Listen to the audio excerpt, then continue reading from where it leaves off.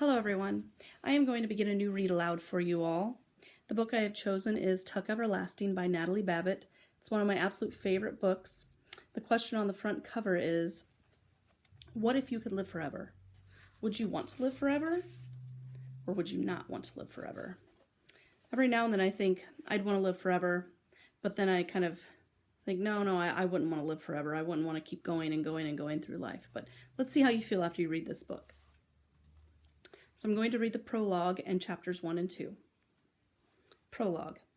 The first week of August hangs at the very top of summer, the top of the livelong year, like the highest seat of a Ferris wheel when it pauses in its turning. The weeks that come before are only a climb from balmy spring, and those that follow a drop to the chill of autumn. But the first week of August is motionless, so hot. It is curiously silent, too, with blank white dawns and glaring noons, and sunsets smeared with too much color. Often at night there is lightning, but it quivers all alone. There is no thunder, no relieving rain. These are strange and breathless days, the dog days, when people are led to do things they are sure to be sorry for after. One day at that time, not so very long ago, 3 things happened, and at first there appeared to be no connection between them. At dawn, May Tuck set out on her horse for the wood and the edge of the village of Tree Gap. She was going there as she did once every 10 years to meet her 2 sons, Miles and Jesse. At noontime, Winnie Foster, whose family owned the Tree Gap wood, lost her patience at last and decided to think about running away. And at sunset, a stranger appeared at the Foster's gate. He was looking for someone, but he didn't say who. No connection, you would agree, but things can come together in very strange ways. The wood was at the center, the hub of the wheel. All wheels must have a hub. A Ferris wheel has one. As the sun is the hub of the wheeling calendar, fixed points they are, and best left undisturbed, for without them nothing holds together. But sometimes people find this out too late. Chapter 1. The road that led to Tree Gap had been trod out long before by a herd of cows who were, to say the least, relaxed. It wandered along in curves and easy angles, swayed off and up in a pleasant tangent to the top of a small hill, ambled down again between fringes of bee-hung clover, and then cut sidewise across a meadow. Here its edge blurred. It widened and seemed to pause, suggesting tranquil bovine picnics, slow chewing and thoughtful contemplation of the infinite. And then it went on again, and came at last to the wood. But on reaching the shadows of the first trees, it veered sharply, swung out in a wide arc as if, for the first time, it had reason to think where it was going, and passed around. On the other side of the wood, the sense of easiness dissolved. The road had no longer belonged to the cows. It became instead a rather abruptly the property of people. And all at once the sun was uncomfortably hot, the dust oppressive, and the meager grass along its edges somewhat ragged and forlorn. On the left stood the first house, a square and solid cottage with a touch-me-not appearance, surrounded by grass cut painfully to the quick and enclosed by a capable iron fence some 4 feet high, which clearly said, "Move on, we don't want you here." So the road went humbly by and made its way, past cottages, more and more frequently, but less and less forbidding, into the village. But the village doesn't matter, except for the jailhouse and the gallows. The first house only is important. The first house, the road, and the wood. There was something strange about the wood. If the look of the first house suggested that you'd better pass it by, so did the look of the wood, but for quite a different reason.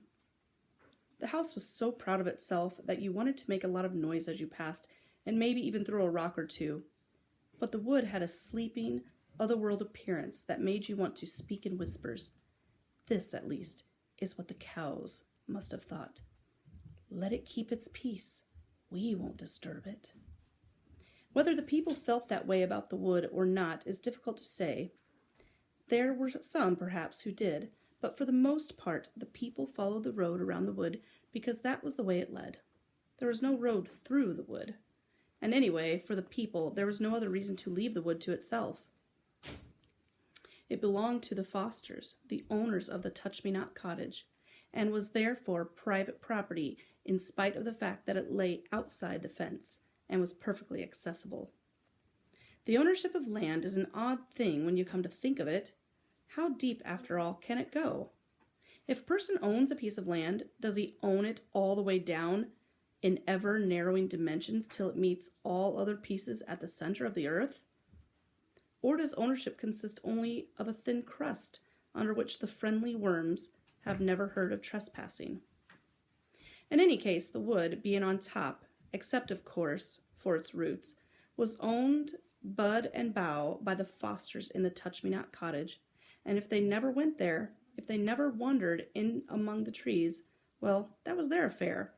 Winnie, the only child of the house, never went there, though she sometimes stood inside the fence, carelessly banging a stick against the iron bars and looked at it. But she had never been curious about it. Nothing ever seems interesting when it belongs to you, only when it doesn't. And what is interesting, anyway, about a slim few acres of trees? There will be a dimness shot through the bars with bars of sunlight, a great many squirrels and birds, a deep, damp mattress of leaves on the ground, and all other things just as familiar, if not so pleasant, like spiders, thorns, and grubs. In the end, however, it was the cows who were responsible for the wood's isolation, and the cows, through some wisdom, they were not wise enough to know what they possessed, were very wise indeed. If they made their road through the wood instead of around it, then the people would have followed the road.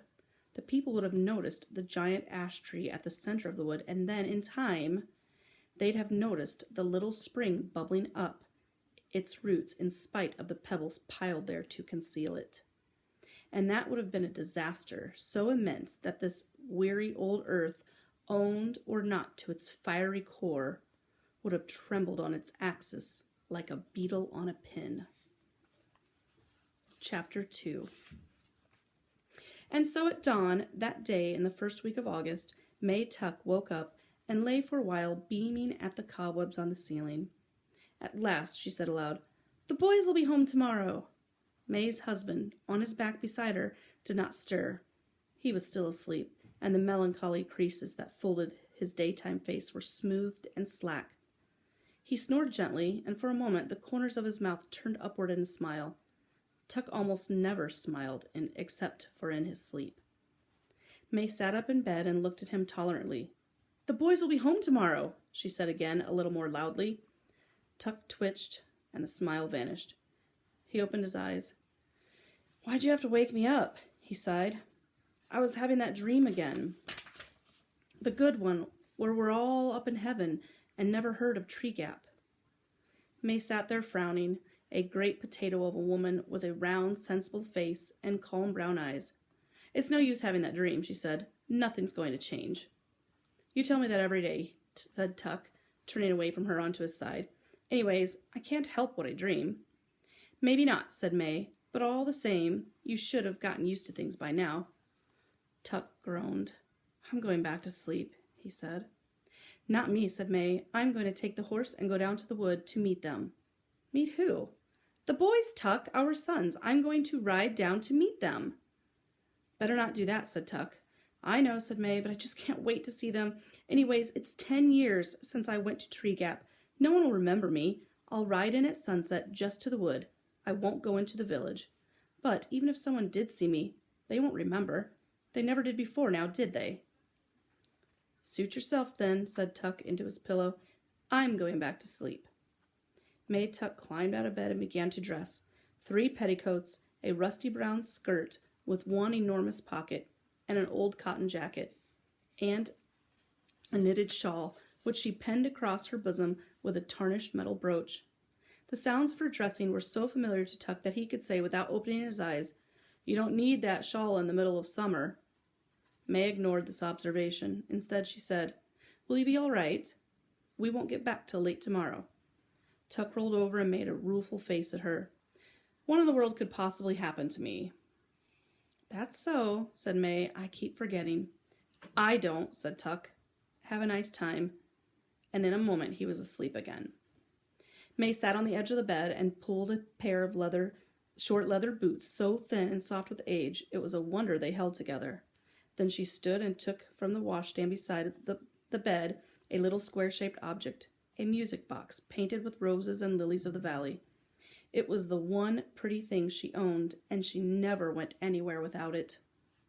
Her fingers strayed to the winding key in the bottom, but glancing at the sleeping Tuck, she shook her head, gave the little box a pat, and dropped it into her pocket. Then, last of all, she pulled down over her ears a blue straw hat with a drooping, exhausted brim. But before she put on the hat, she brushed her gray-brown hair and wound it into a bun at the back of her neck. She did this quickly and skillfully, without a single glance in the mirror. May Tuck didn't need a mirror, though she had one propped up on the washstand. She knew very well what she would see in it. Her reflection had long since ceased to interest her, for May Tuck and her husband, and Miles and Jessie too, had all looked exactly the same for 87 years. Come back later for Chapter 3.